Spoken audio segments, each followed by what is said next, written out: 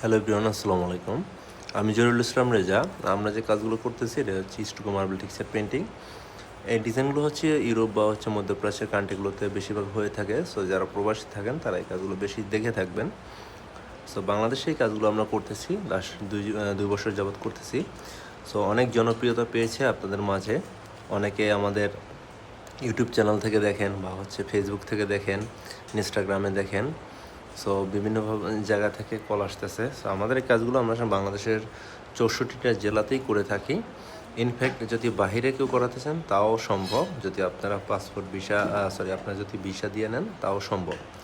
So আমাদের এই কাজগুলো করাতে অবশ্যই আমাদের সাথে যোগাযোগ করবেন, কল করতে পারেন যে কোনো সময়। ধন্যবাদ সবাইকে, আসসালামু আলাইকুম।